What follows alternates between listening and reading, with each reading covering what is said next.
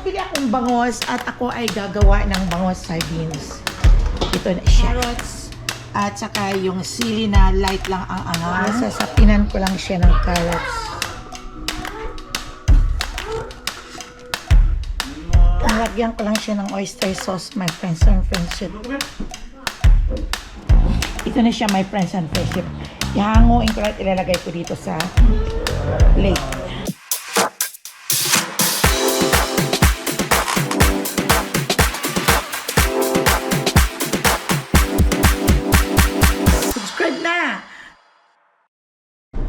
Welcome back to my channel, my friends and friendship. At malapit na ang Christmas, my friends and friendship. Masaya na ngayon dyan sa Philippines. At naririnig mo na kahit saan ka magpuntang mall ang mga Christmas song. Dito, okay lang. Parang wala lang. Kakanta lang ang Christmas song sa mga music sa radio pag Christmas na. Kaya ngayon, my friends and friendship, yun lang. Kaninang umaga, my friends and friendship, sobrang lamig. Lamig talaga at mahangin. Ngayon naman ay ito na naman, it's sunny at medyo mainit. Medyo mainit ang panahon ngayon. So, nandito sa akin si Cass. Cass, what are you doing? You make a mess again? Oo daw. Kasi, hinati dito ng nanay at may work ang nanay nga. Today is Friday. So, tungkol naman sa amin dito ni Papa Dudes ay okay lang kami. Papa Dudes, say hi. Papa Dudes. Ayan si Papa Dudes. At ako naman ay nagre-ready ng aking pagluluto. May nabili akong bangos at ako ay gagawa ng bangos sardines. Ito na siya. So, inano ko na siya. Binabad ko siya sa tubig na may asin ang bango. At ngayon ay i-ready ko na. Ito ang aking mga ingredients. Ito.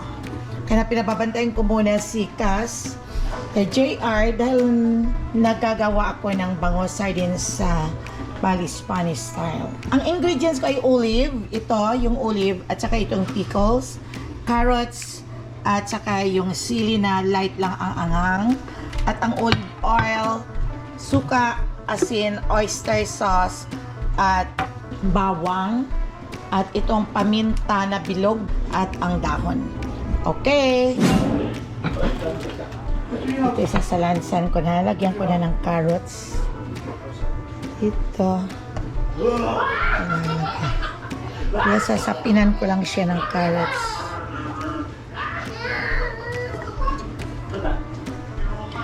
Isang carrots lang nabili ko kahapon.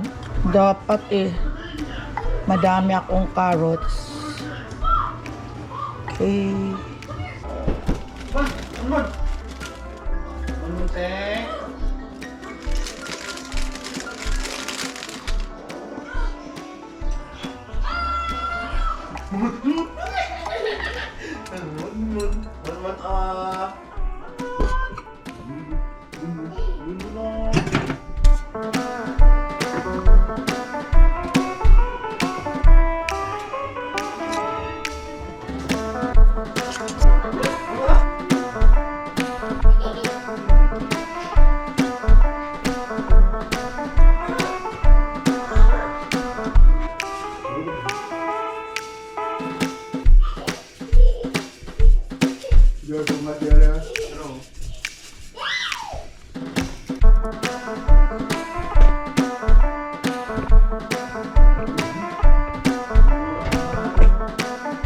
Lagyan ko lang siya ng oyster sauce, my friends and friendship.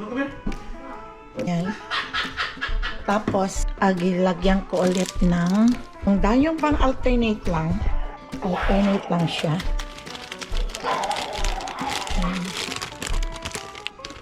Dahon ng ricado, paminta.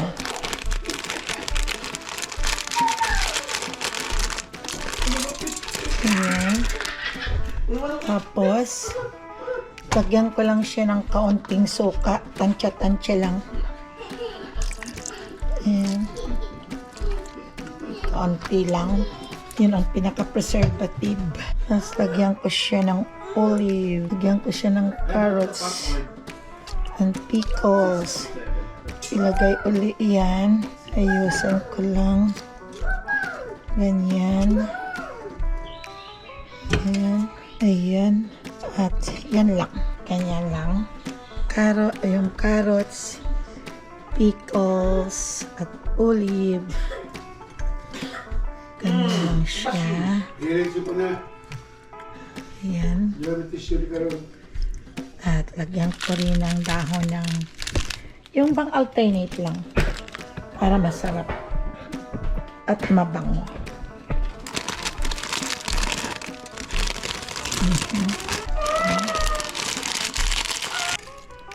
Yun.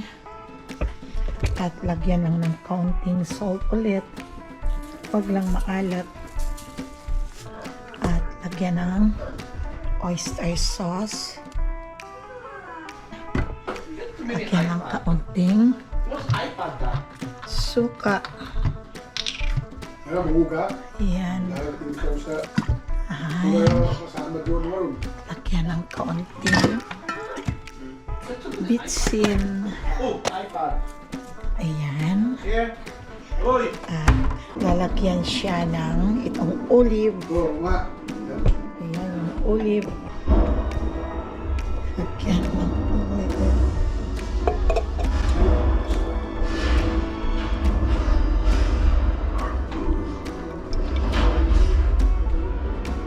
Masarap kasi my friends and friendship pag maraming olive oil. Isang ganito inuubos ko para malinamnam. Tapos bugburan ko lang ng konting sugar. Lalagyan mo lang siya natin siya my friends and friendship na 1/2 cup of water. Yun. So i-pressure cooker na natin. Naisalang ko na my friends and friendship. Ayan, pina-pressure cooker ko na. Tatayman ko 2 hours yan eh. Kaya anong oras dad? Tayman mo dad. Kasi 2 hours yan dad. Hanggang 1:30? 2:30. Ligpit ko muna ito my friends and friendship. Ligpit na. Daming kalat.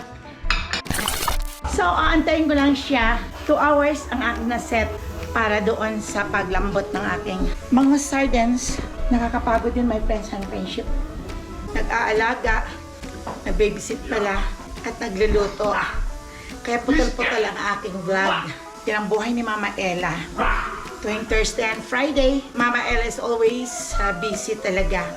Okay lang na wala akong binibibisit. Eh, siyempre priority ko talaga si Apo. Kaya sa Thursday and Friday, inilalaan ko talaga yon sa kanya. Si Zoe wala naman na sa school, kaya si Cass lang nandito sa bahay. Siya lang ang maliit.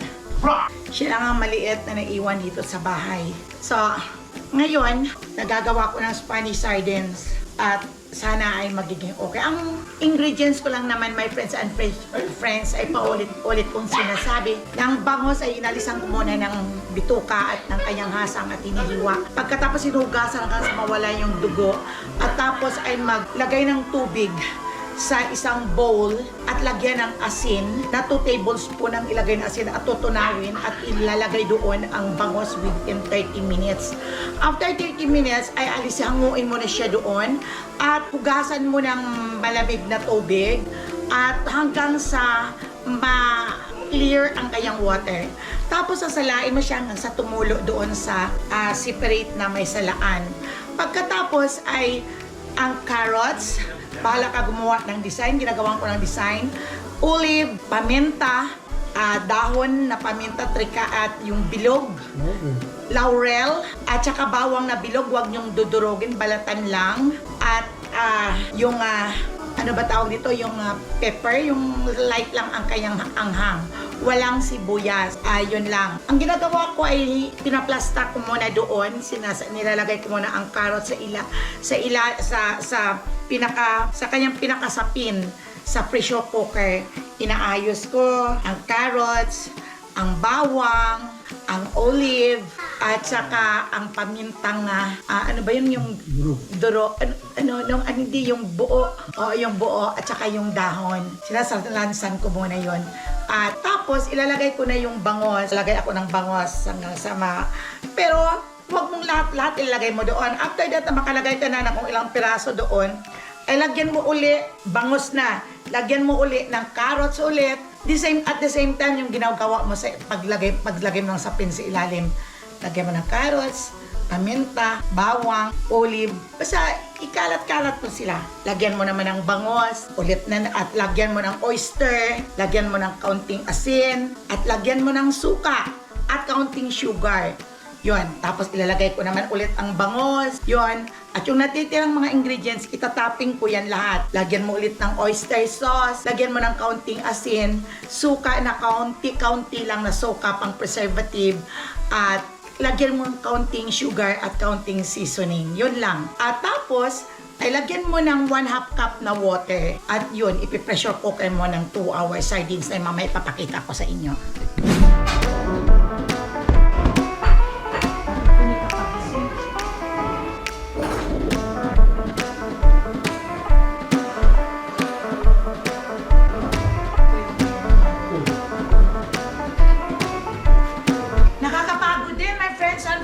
Sa ganitong sitwasyon na si Lola, ang grandma ay nag-abibisit ng ganitong kaliit. Yung parang tapos na ako noong maliit pang mga anak ko at bumalik na naman si Mama Ella sa number 1.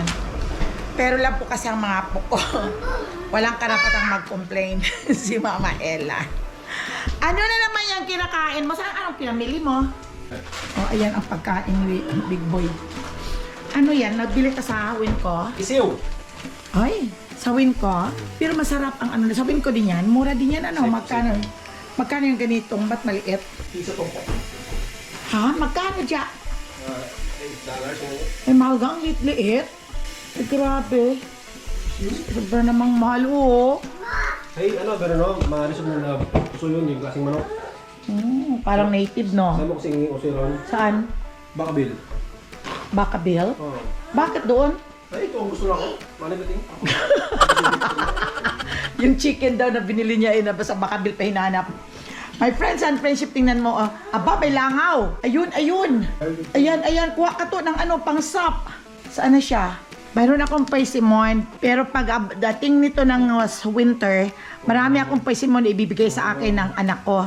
Dahil ang lola niya, yung asawa ng anak ko, ang lola niya maraming tanim na persimmon. Kaya ito mayroon na akong tatlo. Ito pa lang daw ang hinog, hindi pa masyadong hinog. Yes? What is that? Tito Jaja, you want that food? Tito Jaja? Okay, ask Tito Jaja. Ask Tito Jaja, the orange, the cheese. What is that? Pandarin ko muna yung aircon at matutulog na si Cash. Yan, sarap. Pandarin ko na. Ayan, para malamig-lamig bago matulog si Cash. Wipe your mouth. Oh, your mouth is dirty. 2 hours later. Inalisan ko na ng pressure, my friends and friendship. Pag ito ay pinatay na ninyo, nakasalang sa pinatay na, huwag niyong i-open ito. Saka niyo i-open kung alisan niyo ng pressure, yung patuluan ng tubig na malamig. Ganyan, hindi wala ng pressure. So, ibig sabihin, ay pwede na natin itong mabuksan.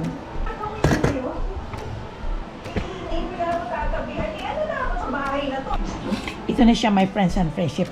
Ihanguin ko lang, ilalagay ko dito sa plate. Ito na ang aking bangus sardines. Wow! Ito na yung aking bangus sardine. Ang lambot talaga. Ang sarap. Yan ang ulo pa lang. Ang sarap. Ang sarap-sarap talaga, my friends and friendship. Tara, kain na tayo. Yun. Ito. Tayo. Ang sarap pa ng sabaw. Ang aking bangus sardines. Yan. Kain na tayo, my friends and friendship. Ngayon pa lang kami kumakain.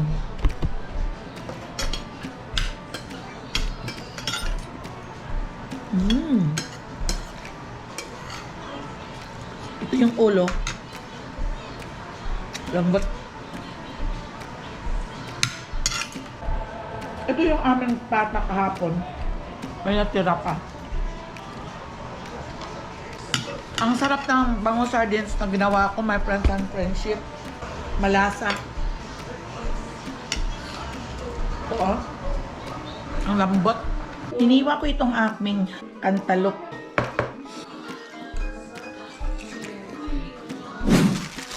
Yung galing sa Pilipinas na.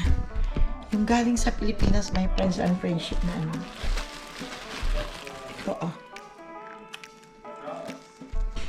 My friends and friendship, ipapakita ko sa inyo yung aking nagsusupport na gulay sa akin. Pag gusto kong kumain ng talbos ng kamote, hindi na ako nagbibili. Ito kahapon ko lang ito kinuhanan ng dahon. Ayan. Ayan. Nakapag-gulay ako ng adobong kangkong. Pag gusto ko namang kumain ng talbos ng kamote, ay ito naman siya, ang dami-dami niyang, ang taba-taba na kanyang dahon. Ayan, hindi na ako nagbibili. O, di ba? Ang taba niya. Ayan o. Kaya dami na akong itatalbos nito bukas. Ang ginagawa ko lang nito, my friends and friendship, lalo na kung may bango sardines ako, ay ito lang ang i-steam ko lang ang gulay para kay Papa Dudes. Isasawsaw lang niya sa suka. Yan o, tataba hanggang dyan sa ilalim. Araw-araw dinidiligan ko sila. At sad nga dahil pagdating na naman ng winter, wala na naman ito panibagong plant na naman pag magsa-summer. At tumaba din ang aking ito yung lemongrass. O ayan. At kahit paano meron din akong dahon ng sibuyas. Naglalagay ako sa kung ano ang aking pwedeng ito nilalagay ko sa mga nilaga. Ayan. At ito namang huli na sabi kong late bloomer, itong aking ang dami niyang bunga. Ayan. Late bloomer sila dahil akala ko mamamatay ng mga ito. At ang kanyang bunga ba naman nagbe-blend sa kanyang dahon. Kaya hindi mo mahalata na bunga. Ay, bakit ito na bali? Lagay ko may nito. Ito, wala yata. May bulaklak. Ayan o. Ayan o. Ayan. Late bloomer sabi ko dahil hindi ko naman, hindi ito, di ba pinutulang ko to na ginawa kong tinulang manok. Dahil taba lang ng taba, walang bunga. Ngayon huli na siya. Bumunga na siya. Ito ang pinakamadami At yan ang orange ko. Napatay na yan. Pinutol ko lang. Sinagad ko. Tapos nag-bloom. Nagkaroon ng mga talbos-talbos. Ayan na siya. Inalisan ko ng puwet itong paso na to sa ilalim at binaon ko doon para kung dumami ang kanyang roots ay doon pupunta sa lupa. Ayun, dinidiligan ko. Mga ilang lang buwan, magbubunga na yan. Okay. Yan lang ang update ko, my friends and friendship sa inyo ng ating mga tanim. At malapit na kami mag-winter. O yan, yung ang medyo malamig-lamig na ang panahon na hindi mo na maaasahan. Laundry dyan? Ha? Okay, maglo-laundry ako, my friends and friendship. Ay, nako. Dito sa Amerika, katulong ako. Pero kung sa Pilipinas, may kasama ako sa bahay. May nagagawa. Dito, wala kang magagawa eh. Trabahuhin mo na lang. No choice naman tayo. May mga kapalit naman lahat ng bagay. Diba? Ito.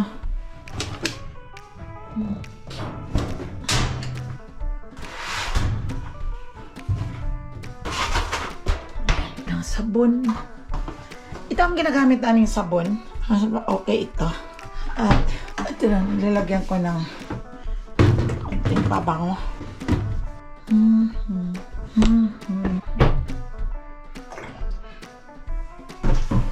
Ayan. At sa high and then medium, ilalagay ko lang siya sa warm. Tayin ko na lang at i-dryer ko after. Walang laman. Ako yung ilaw. Yes, nakapaglaban na din ako. Gagawa tayo. Ito lang ang life dito sa Amerika. do your own. At wala kang, hindi mo tinatrabaho ang trabaho mo, ikaw rin pa rin ang mahihirapan.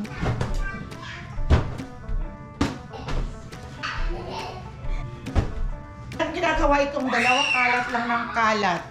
Tingnan niyo kung ano nga pinagagawa nila. Ako na naman ito mamaya ang magliligpit. Tingnan niyo, my friends and friendship. O, ayan. Diyan silang dalawa. Ayan, mga kalat nila. Ay, nako. Bo! We're was. I'm the mother. Cash is the the Oh, father. where's Cassie? I got my baby. Okay, Cassie. Hi! May sipon si Cassie? No, it's not Cassie. It's Cashy. Okay. My friends and friendship, okay na kami. Tapos na, paggabi na, it's 5 o'clock. Kaya nandito pa si Cass, mamaya pa yung kukunin. Kaya naglo-laundry ako habang nanonood ako ng TV. Kaya wala na akong gagawin Friday ngayon at makapagpahinga naman bukas at makakatulog ng maayos na hindi nagigising ng maaga like 6 o'clock. Ang sarap, parang nag-estudyante din ako. Kaya sabi ko, bukas ay pupunta naman ako sa store at makapagbili ng, wala kaming bigas. Konti na lang. Kailangan makabili ako ng bigas, makabili ng toilet paper, paper towel. Yun. Yun ang akin. Ano. Alam niyo, my friends and friendship, so happy talaga ako pag naiisip. Ay, sabi ko, sana matuloy kaming umuwi sa March. Gusto ko talaga, my friends and friendship, na umuwi by March. Pinagdadasal ko lang na okay si Papa Dod. Sabi niya, okay naman ako. Kaya sana. Kaya, yun nga, ang minamatyagan ko lang siya. Pero gusto ko talagang umuwi. Dahil, ayaw ko namang umuwi ng mga tag-ulan na bagyo-bagyo. Dahil pag umuwi akong tag-ulan na bumabagyo, baka mamaya ma-stranded kami doon sa Aklan. At mamaya, hindi kami makasakay ng plane dahil may bagyo, may storm signal. Kaya na, natakot din ako. Kaya okay lang ng summer, magtiis na lang sa init. Sana makatingin doon at makabili kami ng generator para sa pag-uwi namin ay kung mag-brown out ay may kuryente. O diba? Talagang ano ko na talagang makauwi. Hopefully na matuloy. Okay, my friends and friendship, hanggang dito na lang tayo. At sana ay nandyan kayong lahat at okay din. Shoutout pala kay Margie Martin Oslo. Shoutout sa iyo. Ang kababayan, taga Aklan din siya. Shoutout sa iyo, Margie. Ingat ka lang parati dyan. At always take care. At shoutout din pala kay Nanette Pan. Miss Nanette Pan, shoutout sa iyo. And thank you for watching. At ingat ka lang parati. Sana magkita-kita pa tayong muli. At shoutout din sa mga group naming My Friends and Friendship, ang mga former teachers sa school na pinagtuturuan ko noon. Shoutout kay Miss Ruby Estrada, Ma'am, shoutout sa iyo, at kay Manang Sonia at sa lahat. Bye, my friends and friendship! Hanggang dito na lang tayo at hanggang sa muli nating pagkikita.